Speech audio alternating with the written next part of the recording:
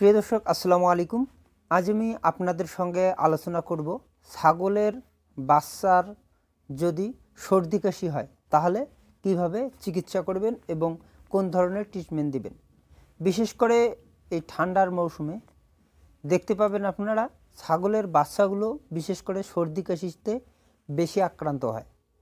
যদি ছাগলের বাচ্চার সর্দি কাশি হয় আর পর্যাপ্ত পরিমাণে বা সঠিক নিয়মে যদি ট্রিটমেন্ট না করেন তাহলে দেখবেন যে বাচ্চাগুলো দিন দিন ঝিমিয়ে পড়ছে এবং চুল উস্কো খুস্কো হয়ে যাচ্ছে।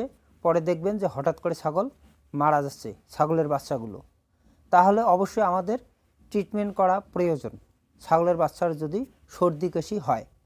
এমনিতেই তো প্রচণ্ড ঠান্ডা, এই ঠান্ডার মৌসুমে তাতেই যদি ছাগলের বাচ্চার সর্দি কাশি হয়ে যায় তাহলে দেখবেন যে ছাগলের বাচ্চা পুরোপুরি দুর্বল হয়ে যায়। কখনো কখনো দেখা যায় যে ছাগলের বাচ্চাগুলো শ্বাসকষ্ট করতেছে বা নিঃশ্বাসের সমস্যা হচ্ছে, শ্বাস নিঃশ্বাসের সমস্যা হচ্ছে, হাঁপাইতেছে।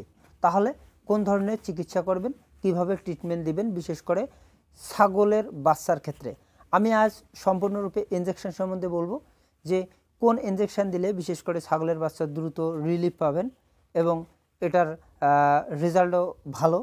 তো আমি আপনাদের সঙ্গে এই ভিডিওতে খুবই মূল্যবান জিনিস একটি শেয়ার করতেছি যে ছাগলের যদি বাচ্চার সর্দি কাশি হয় তাহলে কোন ধরনের চিকিৎসা করব বা কোন ধরনের ইনজেকশন প্রয়োগ করলে দ্রুত ছাগলের বাচ্চা রিলিফ পাবে বা সুস্থ হয়ে উঠবে। তো দেখতে থাকুন আমার ভিডিওটি। দেখুন, ছাগলের বাচ্চার যদি সর্দি কাশি হয়ে যায় প্রথমত আমরা যে অ্যান্টিবায়োটিক নেব সেই অ্যান্টিবায়োটিকটি হলো ব্রড স্পেকট্রাম অ্যান্টিবায়োটিক অক্সিটেট্রাসাইক্লিন গ্রুপের অ্যান্টিবায়োটিক নিতে হবে। আমি এখানে রেনামাইসিন ইনজেকশন নিয়েছি। রেনামাইসিন ইনজেকশন যেটা হলো গ্রুপ হলো অক্সিটেট্রাসাইক্লিন। দেখুন, অক্সিটেট্রাসাইক্লিন আমরা এই জন্য দেব যে এই অক্সিটেট্রাসাইক্লিনটি ব্রড স্পেকট্রাম অ্যান্টিবায়োটিক ইনজেকশন। এটি বিশেষ করে এই নিউমোনিয়ার ক্ষেত্রে খুবই ভালো রেজাল্ট। যেহেতু ছোট ছাগলের বাচ্চা তাই অক্সিটেট্রাসাইক্লিন ইনজেকশন যদি আমরা পরপর অ্যান্টিবায়োটিক হিসাবে 3 দিন দেই দেখবেন যে সর্দি কাশি সম্পূর্ণরূপে ভালো হয়ে গিয়েছে। কেননা অক্সিটেট্রাসাইক্লিন ইনজেকশন দিলে কোনো বিশেষ করে ছাগলের বাচ্চাকে যদি আমরা দিয়ে থাকি তাহলে ছাগলের বাচ্চা তো আর প্রেগনেন্ট থাকে না, তো কোনো আসার পড়বে এই অ্যান্টিবায়োটিক অক্সিটেট্রাসাইক্লিনের কারণে, তাতে কোনো সন্দেহ নেই যে কোনো আসার পড়বে না।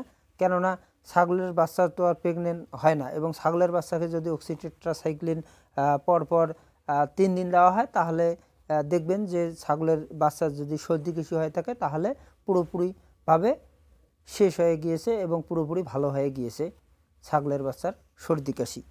এই ছাগলের বাচ্চার সর্দি কাশি যে রয়েছে অ্যান্টিবায়োটিকের পাশাপাশি অবশ্যই আমাদেরকে অ্যান্টিহিস্টামিন জাতীয় ঔষধ প্রয়োগ করতে হবে, যেটা অ্যান্টিহিস্টামিন জাতীয় ইনজেকশন, যেমন ক্লোরফেনারম্যান মিলেট ইনজেকশন। এখানে রেনাসিন আমার কাছে রয়েছে। ক্লোরফেনারম্যান মিলেট ইনজেকশন এটি পরিমাণ মতো দিতে হবে, ঠিক আছে। ছাগলের বাচ্চা হলে 0.5 ml দিতে পারেন এবং তার থেকেও কম দেওয়া যাবে। আর যদি রেনামাইসিন ইনজেকশন দিতে চান ছাগলের যদি একদমে 1-2 কেজি বাচ্চা হয়ে যায় সেক্ষেত্রে আপনারা রেনামাইসিন ইনজেকশন 0.5 ml দিতে পারেন, অন্যথায় একটু বড় হলে 1 ml দেওয়া যাবে এবং তার থেকেও বড় হলে বডি ওয়েট অনুযায়ী 1 থেকে 1.5 ml বা 2 ml দেওয়া যাবে, ঠিক আছে।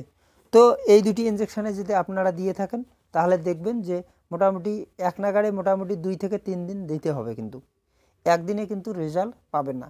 দেখুন, ছাগলের বাচ্চা একেবারে যে ছাগলের বাচ্চা মোটামুটি 5-6 দিন বয়স বা 6-7 দিন বয়স তাহলে কিন্তু এগুলো দেওয়া যাবে না, ঠিক আছে। তার জন্য আমি একটা ভিডিও নিয়ে আসবো আপনাদের সঙ্গে। মোটামুটি 1.5 মাস 2 মাস ছাগলের বাচ্চা 1.5-2 মাসের উপরে যেগুলো বাচ্চা রয়েছে সেগুলোকে এই ধরনের অ্যান্টিবায়োটিক প্রয়োগ করা যাবে, তাতে কোনো সমস্যা হবে না। তো পরবর্তী আরেকটি ভিডিওতে আমি বলবো যে কোন ধরনের আপনারা বোলাস বা ট্যাবলেট ইউজ করবেন, কিভাবে চিকিৎসা করলে আরও দ্রুত সুস্থ হয়ে উঠবে, কোন ধরনের মেডিসিন দিলে আরও সর্দি কাশির ক্ষেত্রে আরও ভালো রেজাল্ট পাবেন বা আরও অন্য কোনো মেডিসিন রয়েছে কি না, তো অন্য কোনো ভিডিওতে আমি বলবো। এখন থেকে আমার ভিডিও কন্টিনিউ প্রতিদিনই পাবেন। তো ভিডিওটি ভালো লেগে থাকলে অবশ্যই লাইক শেয়ার কমেন্ট সাবস্ক্রাইব করতে ভুলবেন না এবং পাশে যে বেল আইকনটি রয়েছে বেল আইকনটি দাবায় রাখবেন, কেননা নোটিফিকেশন যদি আপনাদের কাছে পৌঁছে যায় তাহলে আমি ভিডিও ছাড়া মাত্র আপনারা সঙ্গে সঙ্গে পেয়ে যাবেন। তো ভালো থাকবেন, সুস্থ থাকবেন। পরবর্তী কোনো একটি ভিডিওতে আপনাদের সঙ্গে দেখা হচ্ছে। ধন্যবাদ।